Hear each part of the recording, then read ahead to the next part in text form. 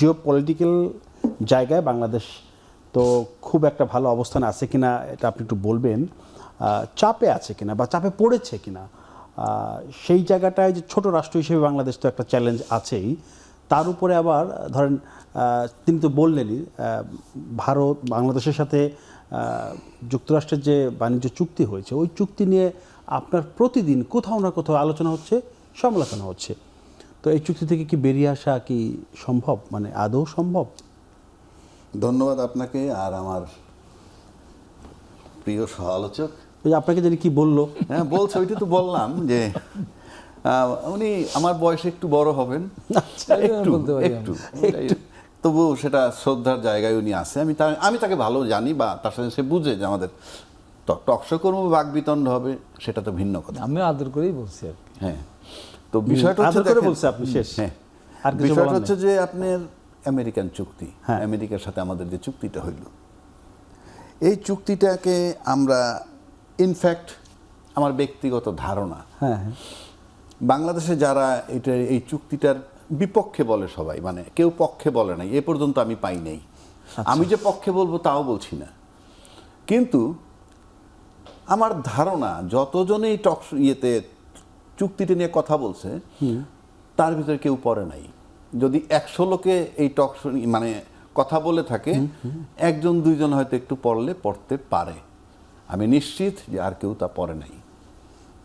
আপনি নিশ্চয়ই পড়েছেন। আমি অনেক পড়ছি তা বলবো না। আচ্ছা, আমি কতগুলো জায়গায় যেখানে একটা সময় যখন বলল, ফরিদ আক্তার বলল এক সময় যে এই চুক্তিটাকে বাতিল করা যাবে, রিভিউ করা যাবে, অ্যামেন্ডমেন্ট করা যাবে, ইত্যাদি ইত্যাদি। চুক্তির ভেতরে নাকি চুক্তি থেকে বেরিয়ে আসা বা চুক্তি? না, চুক্তির ভিতরেই আছে এই ক্লজগুলো। হ্যাঁ, ক্লজগুলো নিশ্চয়ই আছে। খলিল সাহেব যখন বলল বিএনপি জামাত এদের সম্মতি, এনসিপি আমি ধরলাম না, এনসিপি ধরলামই না, নতুন দল ঠিক আছে, তারা ওদের ধরলামই না। জামাত বিএনপি তাদেরকে জানানো হয়েছিল, তাদের সম্মতি নিয়ে করেছে, এটা হলো তার বক্তব্য। এই কারণে কি সংসদে এসব নিয়ে কথা হয় না? না, আমি বলছি এটা বলেছেন উনি। আচ্ছা, তাহলে দুইটা বড় দলের সম্মতি নিছে, তখন বড় দল বলতে বিএনপি কি আমি মিন করব, কারণ পাওয়ারে আসার সম্ভাবনা যে দলটার আমরা সবাই জানতাম যে বিএনপি আসবে, সুতরাং তার সম্মতিটা একটা ফ্যাক্টর। এখন এই সম্মতিটা, এখন আসেন সেই চুক্তিটা, এই জন্য আমি বলছি চুক্তিটা আসতে হবে। আচ্ছা, বিএনপি কিন্তু আনুষ্ঠানিকভাবে বলে নাই যে আমি সে জায়গায় আসতে দিয়েছি, একমাত্র জামাত বলছে, গরিমসি করে দিয়ে বলছে। ইনফ্যাক্ট জামাত বললেও কিছু আসা যায়, না বললেও কিছু আসা যায়। কেন বলছি? সম্ভাবনা ছিল 100% বিএনপি ক্ষমতায় আসবে, সুতরাং তার সম্মতিটা ছিল গুরুত্বপূর্ণ। এখন আসেন তর্কের খাতিরে আমি বলি, ধরেন হাবিব ভাই বলুক বা XYZ যারাই বলুক, বিএনপির এই চুক্তিটার বিরুদ্ধে যখন বলতেছে, এত আলোচনা হচ্ছে, এই চুক্তির কথা বলে বাকিটা বলি। এই চুক্তির ভিতরে 6-2 আর্টিকেল পরিষ্কার বলা আছে মডিফিকেশন অ্যান্ড অ্যামেন্ডমেন্ট।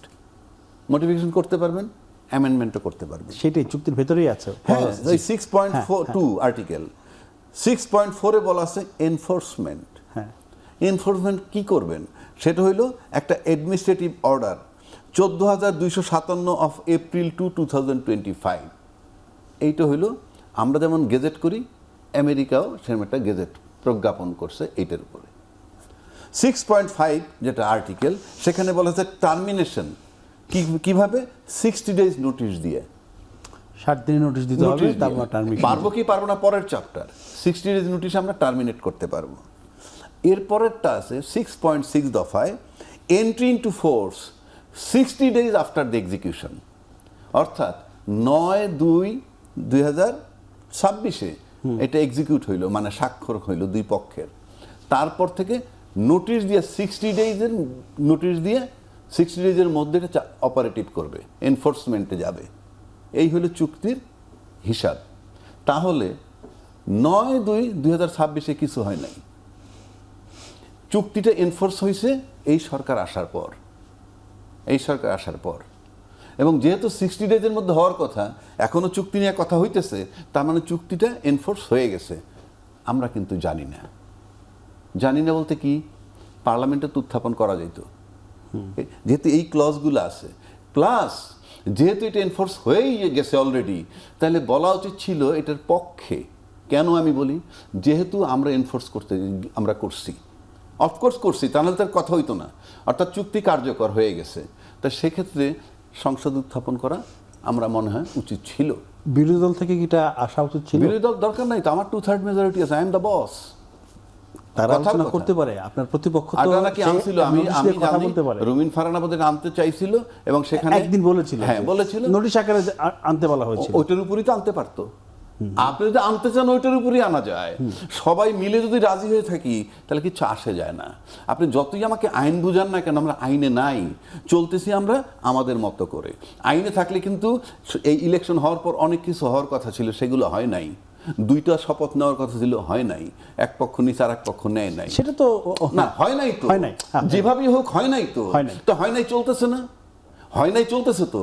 তাহলে আমরা একজনের প্রস্তাব আনছিল, প্রপার হোক না হোক, ঠিক আছে আনলাম, চুক্তিটা নিয়ে কথা বললাম, বলি নাই তো।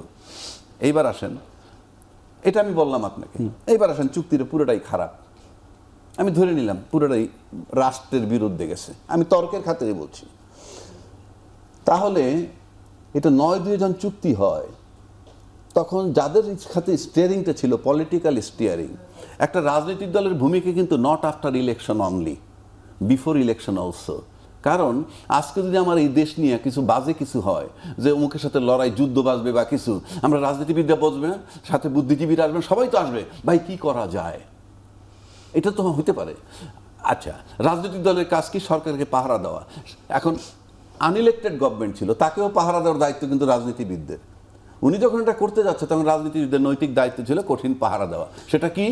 সেটা কি? জি, সেটা কি? আপনি একটা চুক্তি করতে যাচ্ছেন যেটা কোনোভাবে গ্রহণযোগ্য না।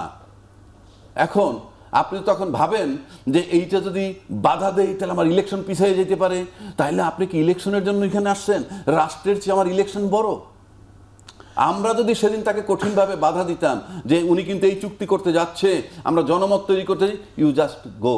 যে বাধা ধরন কেউ দেয় নাই, কিন্তু যারা দায়িত্ব ছিলেন, যে ইন্ট্রিম, তারা কি এই ধরনের চুক্তি, তারা তাদেরকে তো ভোট দিয়ে আপনি নির্বাচিত করেন নাই, ভোট দিয়ে নির্বাচিত নয় এমন সরকার, তারা এমন চুক্তি কেন করলো? তাদের কি কিছু বলছেন না কেন? আরে ভাই, কে বাধা দেয় না, কে কি করলো না, আপনি সেটা কেন?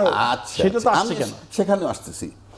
আমরা যে বিগত 15 বছরে যে লুটপাট করে চলে গেছে না, সবাই তো আমরা এডমিট করি, সবাই এডমিট করি, ভাইয়েরাও এডমিট করে, কি রাস্তায় দাঁড়াইতে পারে নাই, নির্মমতা, নির্যাতন অস্বীকার করতে পারবে? এটা তো পারে না তো, অস্বীকার করতে পারেন না তো। অর্থাৎ যে অপকর্ম করে চলে গেছে তার বিচারটা কে করবে? পরবর্তীতে যে আসবে। আমরা কি তার করতেছি? ভাইরা দিয়ে আদৌকে তার স্পর্শ করতেছে? সেই রাষ্ট্রপতি বহাল, আপনি বলবেন সাংবিধান সংকট হবে, মেনে নিছিলাম, এখন তা আপনি তো তাকে নিয়েই আসেন রে ভাই। 1, 2, এই ভাইয়েরা বিরোধিতা করলো কি খলিল সাহেবকে রাখা যাবে না উপদেষ্টায়। সেই খলিল সাহেব তো, সেই খলিল সাহেব আপনাদের সাথে বহাল তবিয়তে আছে, ইউ আর সিটিং টুগেদার। এটা হাবিব ভাই বলুক না, আপনি তাহলে আপনি খালি নিজেরা রং অর্ডারে থাইকে রাইট অর্ডার খুঁজবেন, এটা তো হবে না রে ভাই। এইবার আসেন আমরা চুক্তির জায়গায় এবং জিও পলিটিক্সের কথা যেটা চলতেছে, একটু বিরতি নিয়ে এসে রাজিক ভাই, কথা শেষ হইল না তো? আচ্ছা ঠিক আছে, না তাহলে বিরতি নিয়ে আসেন। আচ্ছা বিরতি নিয়ে, কারণ এটা খুব ইম্পর্টেন্ট, কারণ এনে